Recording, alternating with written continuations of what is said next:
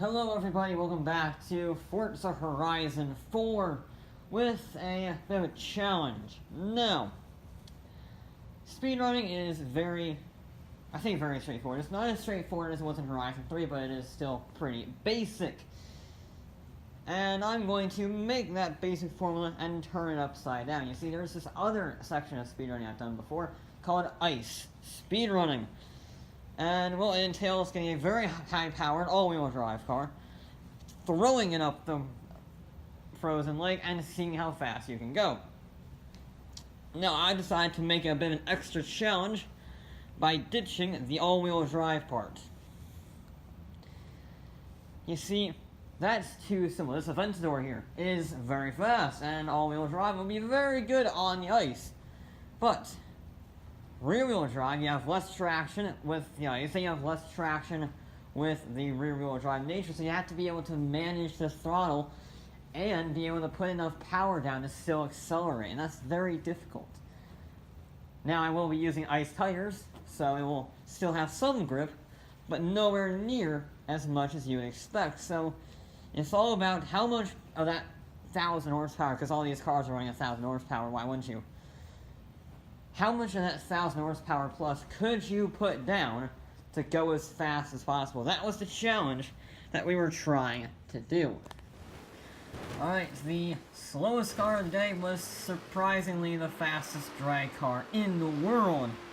This, of course, being the Dodge Demon, and I was a little surprised. I was looking at this vehicle with its 1,000 horsepower, V8, proper dragster and everything, and I was thinking this will be very quick.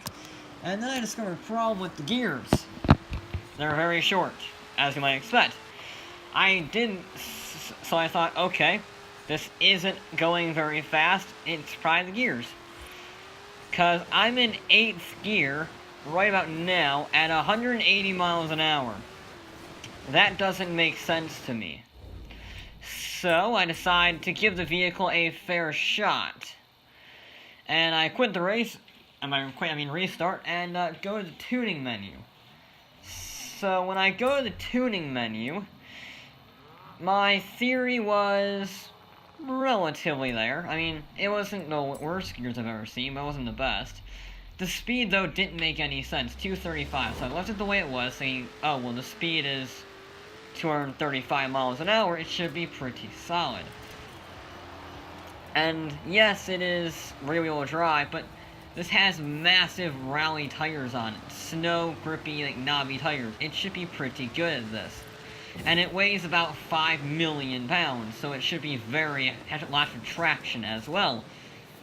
However, that's not the case. The reason why it's so slow in going through the gears is because of wheel spin. Wheel spin that I can't deal with. Because, I can deal with wheel spin here on the line. You see, you have to start in 3rd gear and you have to go very slowly, but you do manage the wheel spin, you don't spin out.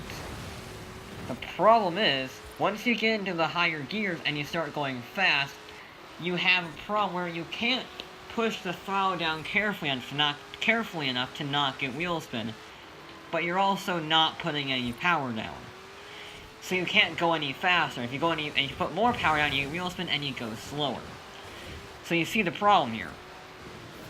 And as a result, this vehicle doesn't do very well in straight line speed. Surprisingly, they dealt with the bumps rather well. It does get bounced out wide by the AI because, gee, I had to put this in a race for some reason. And yeah, it just struggles immensely struggles because it can't put its power down. Granted, we are in a rear-wheel drive 1,000 horsepower muscle car, but the other vehicles that you will see later on can put their power down, and this one just simply cannot. It also can't turn. It also can't turn at all. But yeah, it just is so painfully slow. Let's be honest here. In comparison to the vehicles that we will see later, 180 miles an hour is about equivalent to 191 miles an hour, pardon me. It's about equivalent to walking pace, relative speaking. It is I didn't expect it to be this bad, but it is this bad. I mean, we have a good run up here. Relatively good. Like, if you do that in other cars, you will hit the gas and it will go away like a rocket ship. This, no. It does not go away like a rocket ship. It goes away like a snail, relatively speaking. 191 miles an hour on ice isn't bad, but, yeah. Nowhere close to what we want. So the Dodge decides to celebrate by going to space. That bump has claimed a lot of cars, but that was certainly the largest height we have ever seen. Alright, the next slowest vehicle, just 2 miles an hour later, which is 193 miles an hour for you people who can't do any addition, in case, or if you're not understanding me, I'll have it on the screen. The Bone Shaker. I picked this vehicle for one reason, and one reason only.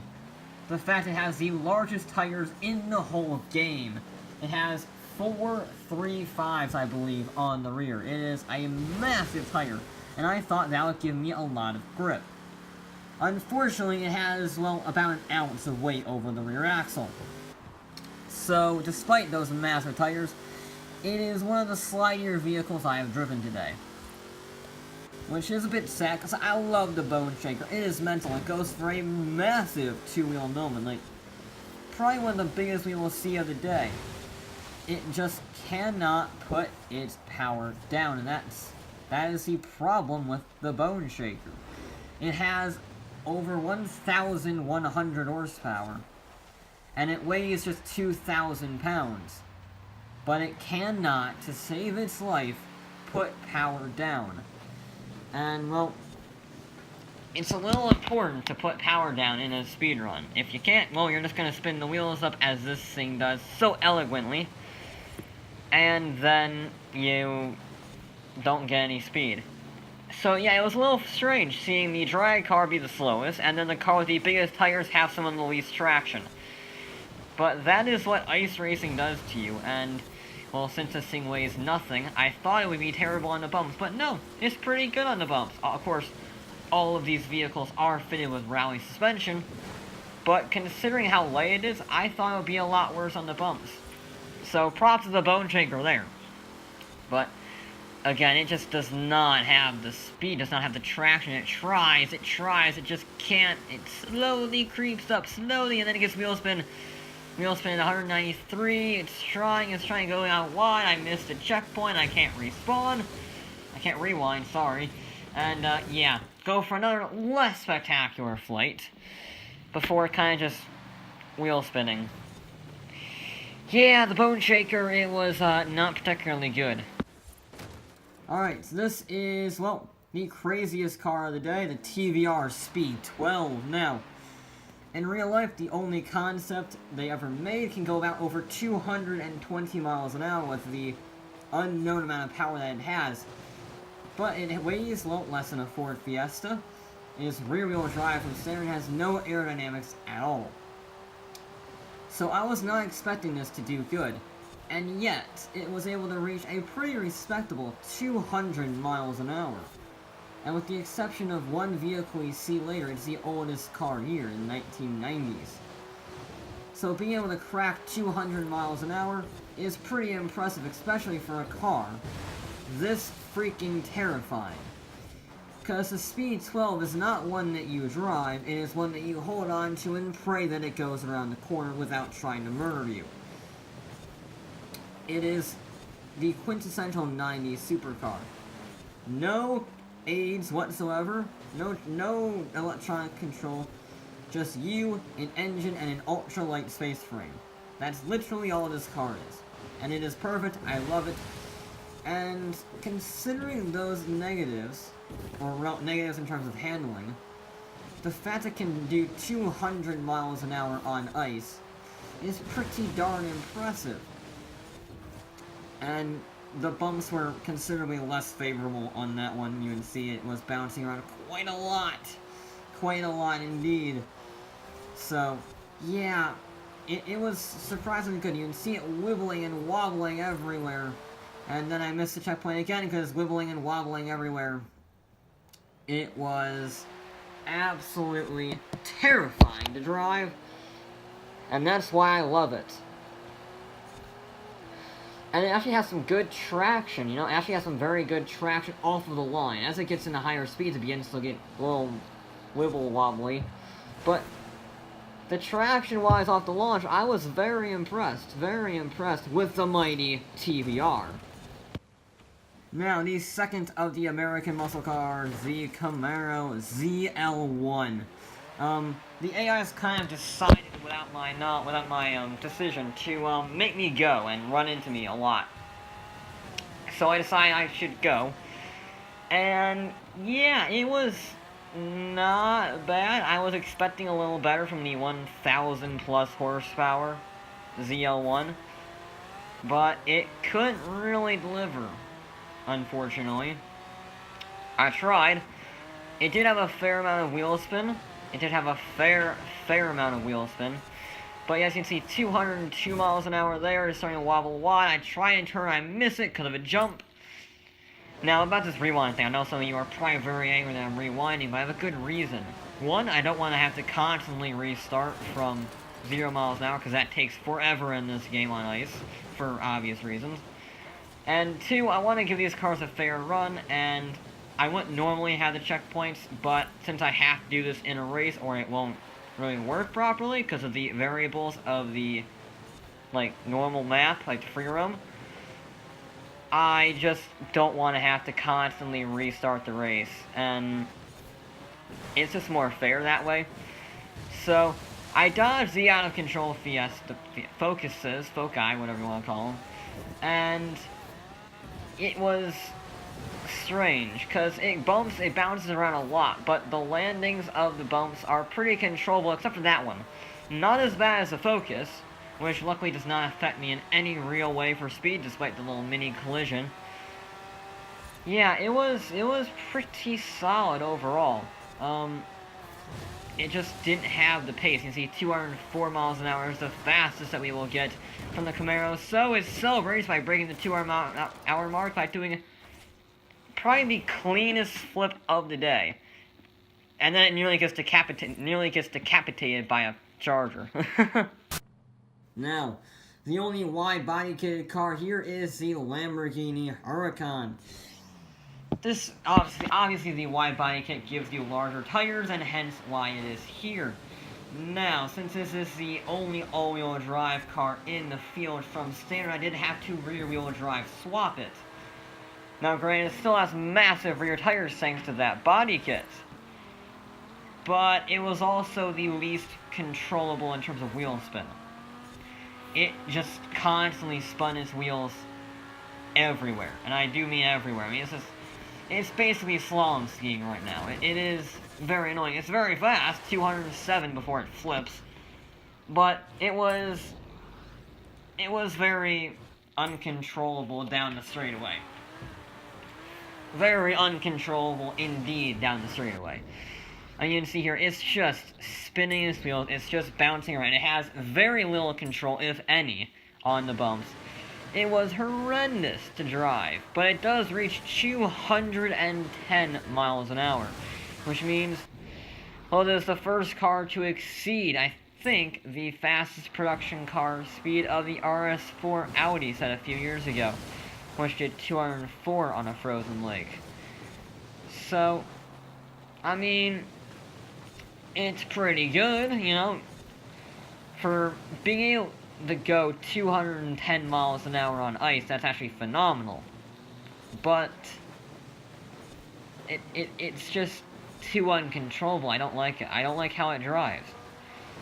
I think it's because of the twin-turbo V10. The twin turbos kind of just dump all the power in one fell swoop, and then you spin out. So it's very difficult to drive while still keeping the turbos spooled up. So, yeah, it struggled somewhat, but, I mean, it got results. It was a very difficult result to get, but I got the bloody results. Despite how hard it tried to kill me, I was able to get its results. Yeah. Sorry, 213. Why did I say 210? 213. That's completely my fault. And then it goes for a roll, just because I made a mistake in my words. Good job, me! Alright, the supercar brigade is here, pretty much. We had the McLaren, 720S right here with not quite 700 horsepower as it did originally, more like 1,200. And, well, this has active aerodynamics, which means it has the low drag option, and it has some downforce to go along with it, which is what we need, and that is very nice. But it is only 3 miles an hour faster than the Huracan. It's starting to get pretty crowded down here in the mid 200 mile an hour mark, which 216 miles an hour is freaking fast and terrifying. As you can see, I missed the checkpoint again because I didn't realize how bumpy it was, and I was going 5 miles an hour on the lake making the race. So I keep bumping Y because I misjudged the width of the checkpoints. That's my fault only. But yeah, it was tricky to drive. I mean, all of these vehicles will be tricky to drive. I didn't get very close to being murdered by a Mustang, but traction-wise, it isn't too bad. It's not the best. It's not like the Huracan, but it's also not like the, like cars that we will see later on. There are some cars that will just grip to this, like a proper tarmac road. And then there are these that don't. And, well, this is a supercar suspension. The rally suspension option for this raised it just 2 inches off the ground. So the bumps were horrendous. As in the worst vehicle to ever tackle those bumps. It was awful. I'm pretty sure if you were in said car, your spine would be dust. But it was very fast. Very fast, and despite being slow on the street, it was not slow out of it. And overall pretty solid despite some pretty big jumps. And yeah, you can just see the sheer violence even a slow speed bump can have on this car. Now, 1 solitary mile an hour later is the oldest car of the day. Just 217 miles an hour from the 1964 Ford GT40 Mark I.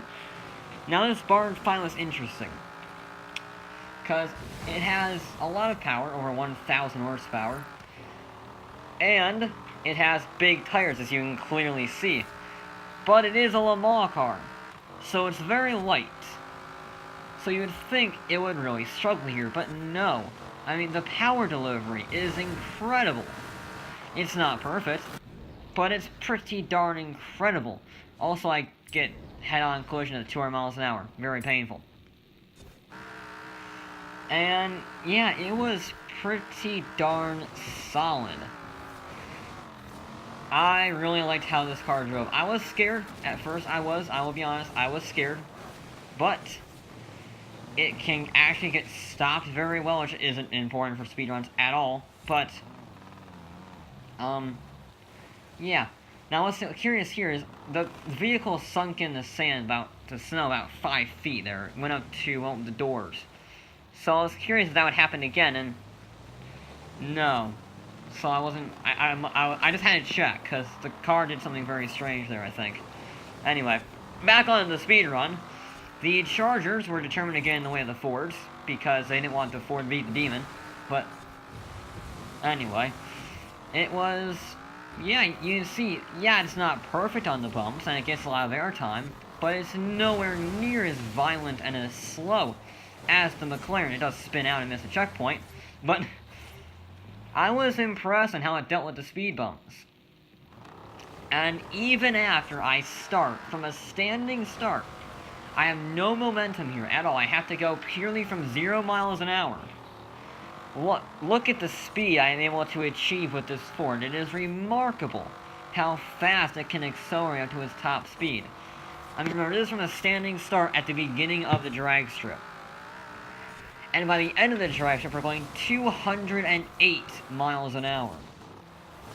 That is some serious speed. This is our and, well, it decides to celebrate with a day, big old flip windmill. and a pose And it with a moved the finish and it sliced goalpost across considerably further down the road than the other previous vehicles. to 230 or 223 miles an hour.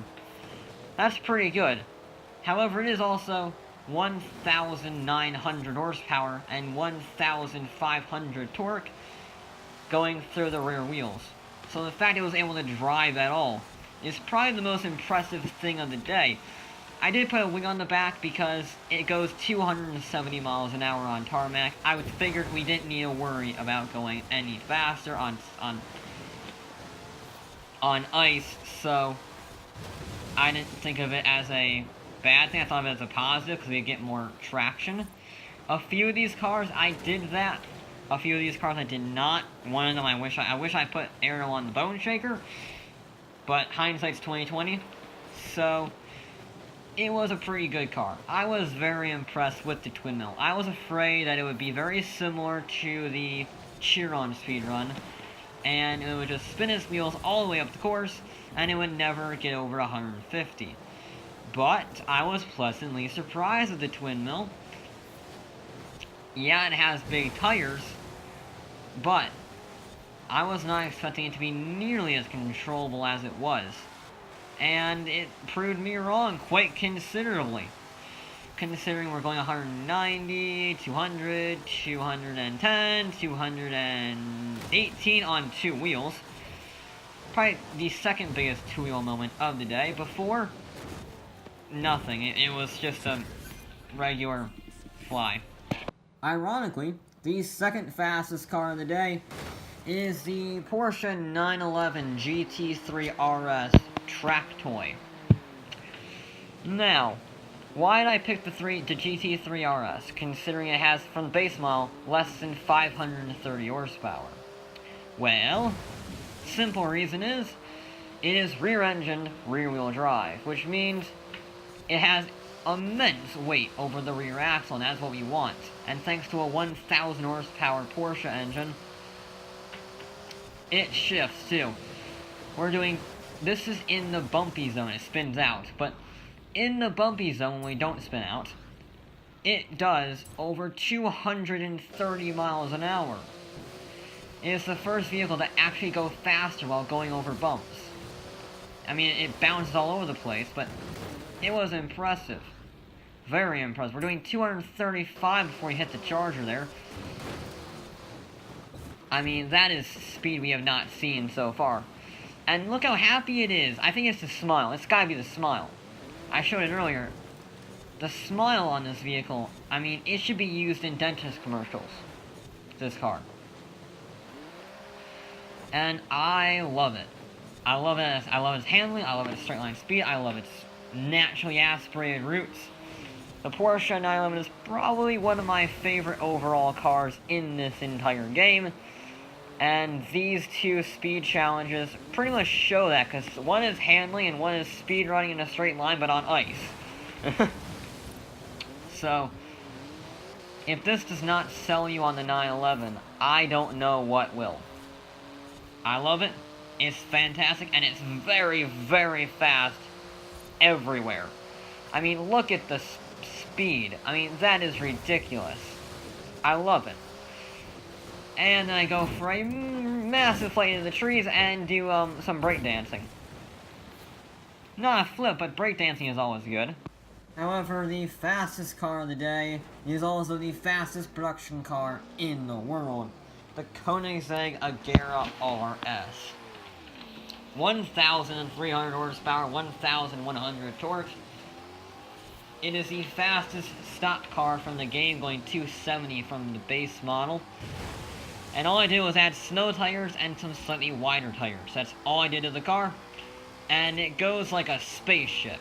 It's not very fast to start off with, but once you get going, it just goes and goes and goes and goes and goes and goes. We're doing 230 at the end of the drag strip, 240, 245, 247 miles an hour is the fastest that we get to. Let me call it focus. 245 miles an hour on ice.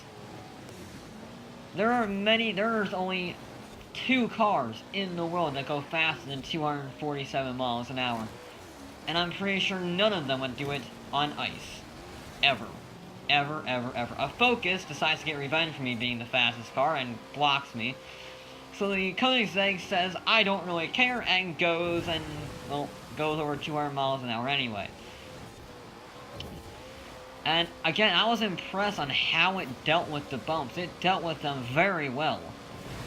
It was probably arguably one of the best on the bumps. Definitely, we cannot say the same for the Pagani, but for the Koenigsegg, it was very good on the bumps. And that meant you could carry speed on in this back straightaway, and then you could go and go. It was incredibly fast. And to celebrate being so incredibly fast, it goes for a massive two-wheel and then a kickflip. That I almost landed. I was so close to landing it, and then it rolled. I was so disappointed. But there you go. If you want a speedrun car on ice, Koenigsegg is your car. So there you go. If you want a rear-wheel drive ice speedrunner, look no further than the champion of speedrunning itself, the Koenigsegg Agera RS. I can't say I was too surprised, but, I mean, 250 miles an hour on ice is unbelievably fast. And, yeah, you could go fast with all-wheel drive, but where's the fun in that? So, Agera RS, not only is it the fastest car in the world, it's also the fastest car in the world on ice for rear-wheel drive. Very specific world record, but a world record nonetheless. And that is going to be it for this episode of Forza Horizon 4. And I'll be back with more.